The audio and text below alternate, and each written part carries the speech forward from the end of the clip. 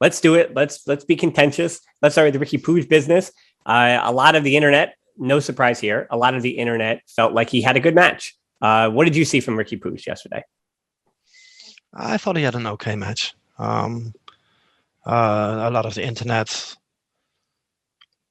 was in love with his performance, used yesterday's performance to say, hey, you see that this trainer is not a very good person, and probably does not treat his own mother right.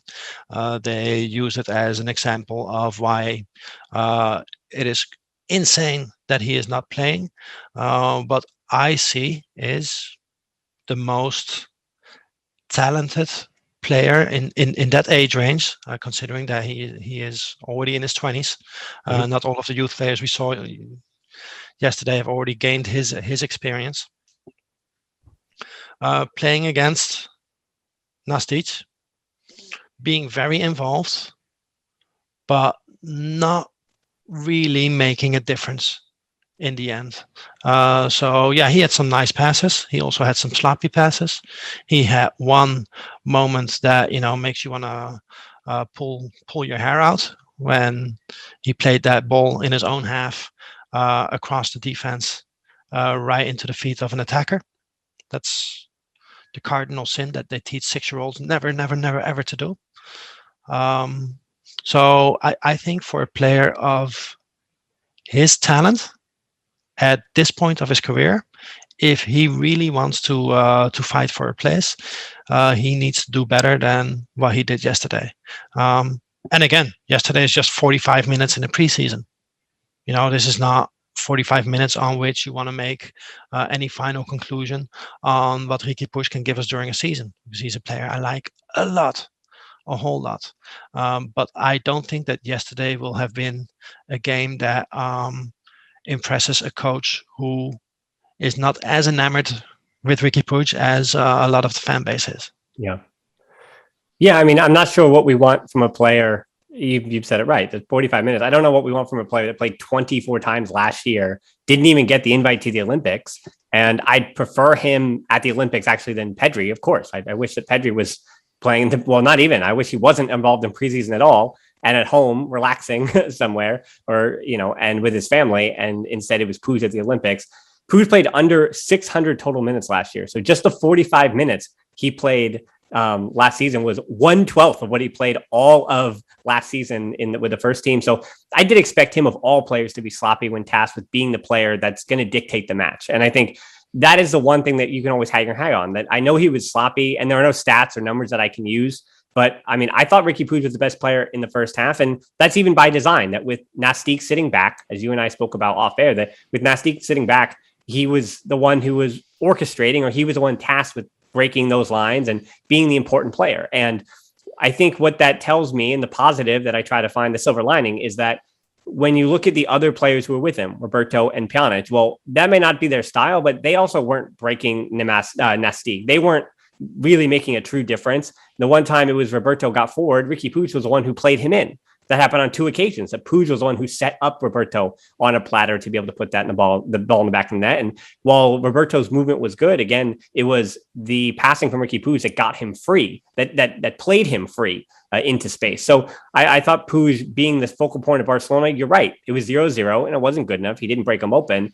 But also with context, what are we expecting of Riqui Puig this season? Right? Last year, he had 600 total minutes. I think a successful season for Riqui Puig this year would be get about 12 to 1,300 total minutes. So come off the bench a lot more, but take his 5 to 11 minutes that he averaged coming off the bench and make yourself a 25 to even sometimes 45-minute player coming on at halftime if you really need an attacking change to change the dynamic of the team, or come in the 35th or the 70th minute or the 75th minute and become that dynamic player that you were in the last 5 minutes in the Granada comeback, and extra time or whatever it may. So regardless of how well Riqui Puig does, what are we talking about? We're talking about the difference between actually being a consistent sub who gets 35 minutes or being a player who's once again on the fringes, getting 5 minutes or not playing at all, and basically asking, why are you still here? But if he's playing 30 minutes or 35 minutes once or twice a week, he's just a member of the team. And the people who call for him to start, he's not going to start with Pedri, De Jong, and Busquets. Get over it. Like, and now you have, if they get that central midfielder that Koeman wants, he's not going to start over against that guy either. So you begin with Riqui Puig as fifth on the center midfield depth chart. That's where he begins his season. And again, what are the expectations of total minutes, of his role, of the important games he plays in? Will he come off the bench in an important group stage Champions League match because he's a vital member of the team, or will he just sit on the bench, just as Quique Setien did with him against Bayern Munich? And, you know, for the man who let him play, he also kept him on the bench when the matches truly mattered, when the COVID pandemic ended. So I just wonder what we want from Riqui Puig and what kind of role he can make for himself and how important he'll be to the team. I think when Setien put him on the bench, it was ridiculous because during that stretch of the season, those 10, 11 games, Puig was our best midfielder. Yeah. Having seen him be the best midfielder on our team, I would like for him to, you know, really push. And I want him to be more than just the occasional 30 minutes or even a regular 30 minutes on the pitch. I want him to fight for a starting spot, or at least be good enough so that the coach will trust him with starting spots. Now, it might be that our midfield is not the same. It's not the same if you're in the midfield with Vidal and Rakitic, or being in the midfield with De Jong and Pedri and or Busquets, because the spaces that you leave behind might not be covered as well as with those previous two guys who are generally more cautious to begin with, right? On the ball. So yeah, what I really want for both Koeman and for Puig is to work out a way so that he can be a meaningful part of the team. Mm-hmm. Like you said, have regular appearances, also start, maybe get 10 starts this season. I would also say that right now he should be our fourth midfielder, right? We have Busquets, we have De Jong, we have Pedri. Yep. He likes, as of now, is not in the first team. Sergio Roberto, God forbid, should not start over Riqui Puig. Am I overlooking anyone here? I mean, no, because Pjanic is the other one. And Pjanic is the other one, yeah. And Pjanic had even less minutes than Puig last season. Yep. No, you're not. And I think that's true about Riqui Puig, that we argued, and I don't think we argued, because Francesca and I would go back and forth about this a lot. I mean, the people who, again, are calling for Puig to start over Pedri, I think that's just trolling. That's not a real good faith argument. But that said, the gap between Pedri and Puig needs to be closer, because if Spain makes the Olympic final, Pedri would have played in 72 matches. That's too much. Like, it's the same thing I said with Ansu Fati, that these 18-year-old, 17-year-old bodies are not built for this. They can run and they're going to feel fine and they recover just fine. But I mean, you and I are over the age of 30, that you know now that it's the older we get, the sins of my past, the number of hits I took in basketball, the number of hits I took in soccer, the number of hits I took in Ultimate, those add up on my body already. And I'm, you know, and I don't play and train and I was doing 1/10 of what they were doing and physically taking. And I never played against grown men, right? When I was growing up. And yet for me, it's like, oh, I have this injury from this year and this little toe thing from this year or this knee thing from this year. And it adds up over time. And so for Pedri, he needs to rest. He needs to be rotated. And so Puig has to convince Koeman that, just like you said, hey, I need to start 10 matches. I have to be able to start against Celta de Vigo. That game is going to be wide open. It is every year. Let me start against and take advantage of the space that Celta de Vigo is going to leave him behind.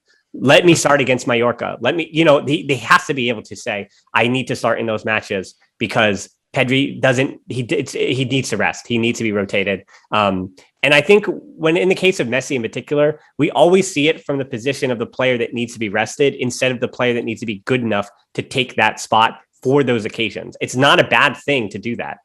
So I think where you and I agree is the fact that Puig's role next year needs to be better, needs to be defined. And that means that, Koeman needs to be patient with him, I guess, a bit, but he also needs to step up to that challenge. And I think he generally does that.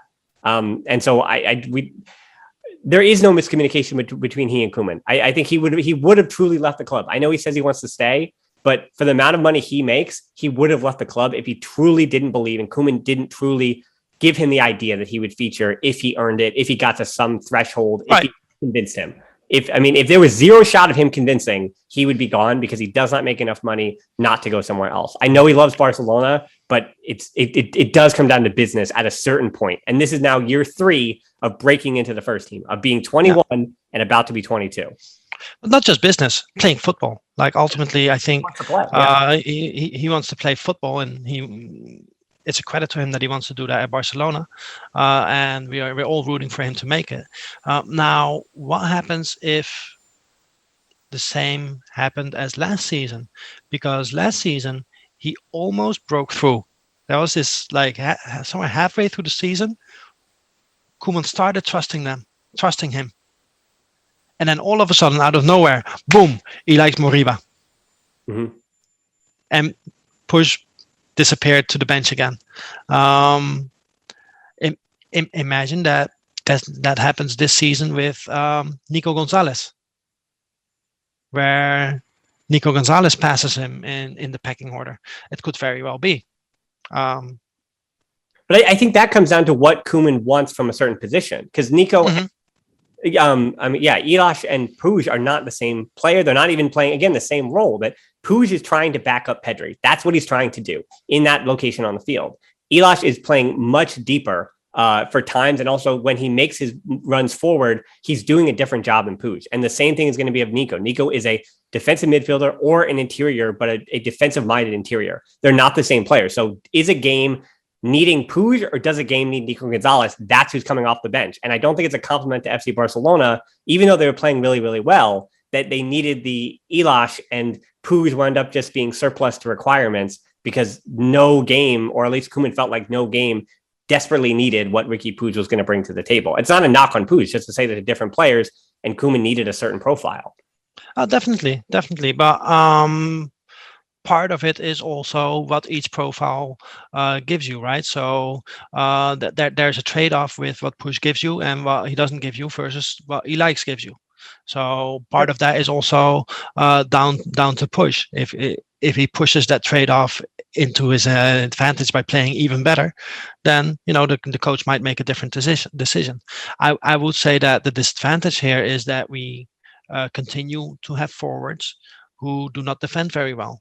We just signed Depay and Kun Agüero. Two more forwards that do not defend.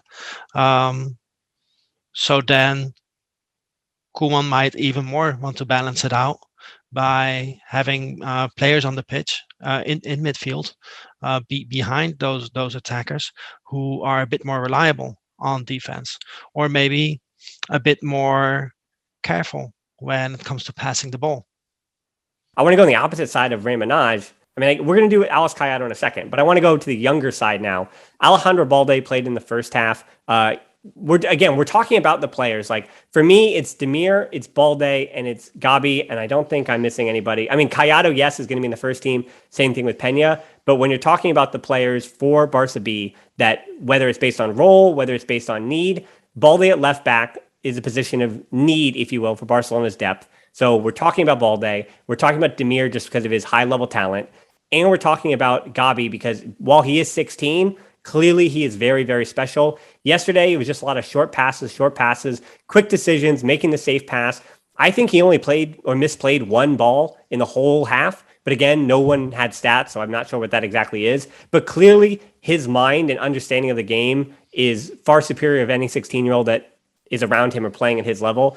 Is he ready for the first team? Absolutely not. But it doesn't mean that he won't be earning experiences to be on the field for a Copa del Rey match or whatever at the age. He'll be 17 soon. So at the age of 17, we've seen 17-year-olds feature in the Copa del Rey. That's not insane. It's in the realm of possibility. So those are the three I kind of mentioned as the high levels, and all three, Balde and Gavi, then whichever one I also mentioned, none of them showed me something that told me that they weren't going to be able to carve out a role, not even a role, but to carve themselves out an appearance in the Copa del Rey, or to be on the fringes of first team training, be in first team training more often than the B team training because they're next in line, and basically grooming and making sure. I think this is the important thing too, right? That for a long time, we know there was no pipeline. But to have players like Balde and Gavi know that, hey, this is what's being asked of me in the next year or two to be a first team member, and I'm in first team training. And if I'm just a bit patient, I'm under contract for a while. Balde now renewing today. That was big news too. So he's in the club for the next 2024. So 3 years with a 500 million euro release clause. He's an FC Barcelona player.